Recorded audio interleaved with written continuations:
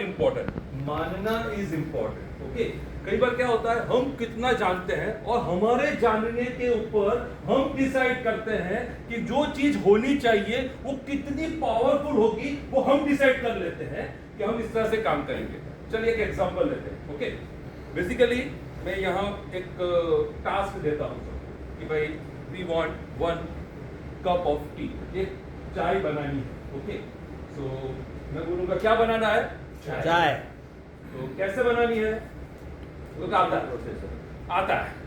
मैं बोलूं चाय बनानी है तो आप क्या बोलोगे, आता है। ओके, बनाओ। तो क्या भाई रिसोर्स दीजिए हमें, अभी कैसे बनाऊंगा, तो मैं आपको एक इंडक्शन दे दूंगा, वो पतीला दे दूंगा, चाय पत्ती, शक्कर, दूध, पानी सब दे दूंगा और आपने चाय बनाना शुरू कर दिया। और आपने आपके इमोशंस, आपके एक्सपीरियंस से बहुत बढ़िया चाय बनाने की कोशिश भी कर ली आपने और बहुत बढ़िया चाय बना भी दी आपने। ओके, और बनाने के बाद we are starting testing, test करना चालू कर दिया, यहाँ चक्की सबकी अच्छी अच्छी चाय लगने लगी। लेकिन यहाँ तक पहुंचते हुए सबकी चाय टेस्ट कर ली, बाद में मैंने बात करी कि मुझे तो क्या चाहिए, ये जो चाय है ना, ये मैंने जो बनाई है ना, ऐसी ही चाय चाहिए। अब क्या होगा, मैं पहले बता देते कि ऐसी ही चाय चाहिए।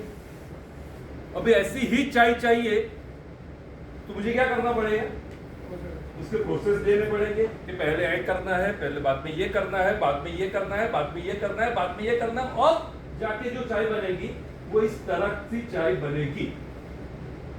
हमें कोई भी एसओपी बनाने से पहले उसका रिजल्ट आइडेंटिफाई करना बहुत इंपॉर्टेंट है।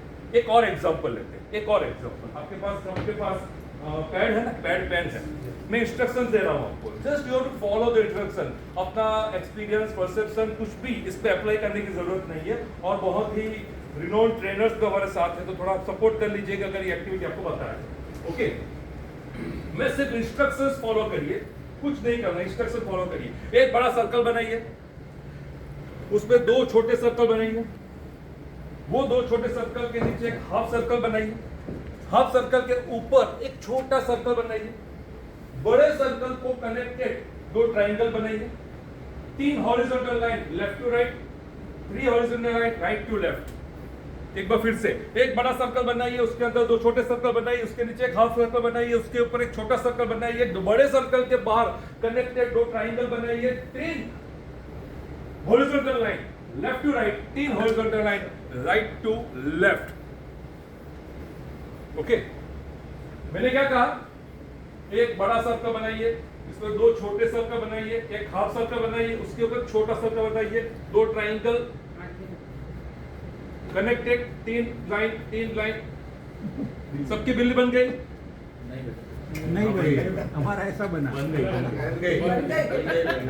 ये सब टैक्सी वाले हैं। जिसकी नहीं बनी वो ये कह सकते हैं, पहले बताना चाहिए था ना बिल्ली बनानी पहले बताना चाहिए था बिल्ली बनानी है।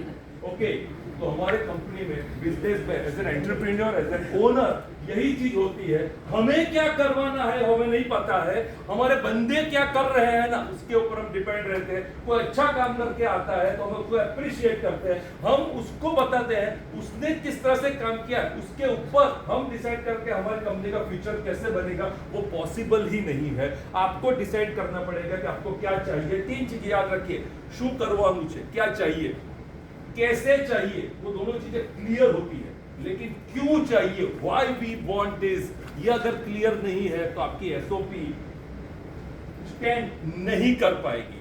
तो प्रवीण जी कहते हैं ना, जीवन के बाद जीवन से पहले क्या, जिंदगी के साथ भी, जिंदगी के बाद भी।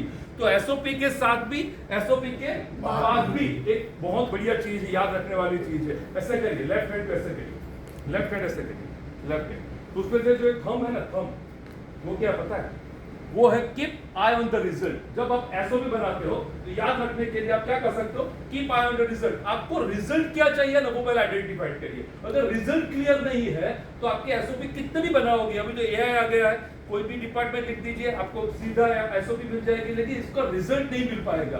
तो first you have to keep eye on the result. Result should be clear, एकदम शार्प क्लियर रिजल्ट होना चाहिए।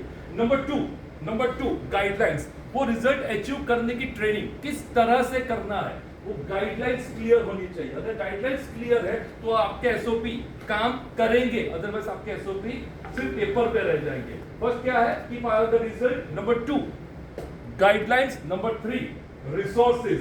कई बार क्या होता है हमारे बंदे को रिसोर्सेज नहीं मिलते हैं, एक सही का लैपटॉप नहीं दे रहे हैं और सारे डेटा मांगते रहते हैं, दुनिया भर के डेटा मांगते हैं, सही लैपटॉप भी नहीं है उसके पास, तो रिसोर्सेज आर वेरी इंपॉर्टेंट।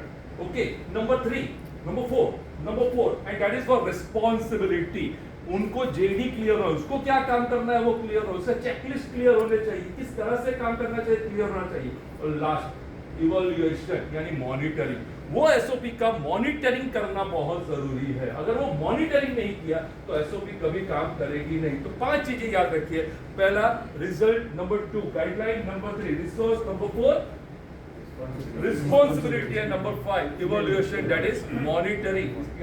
जहां पे भी कंपनी में अगर आपको आपके कंपनी में एसओपीज आइडेंटिफाइड करते हैं तो पहले आप रिजल्ट क्लियर करिए कि मेरी कंपनी को 5 करोड़ से 100 करोड़ लेके जाना है।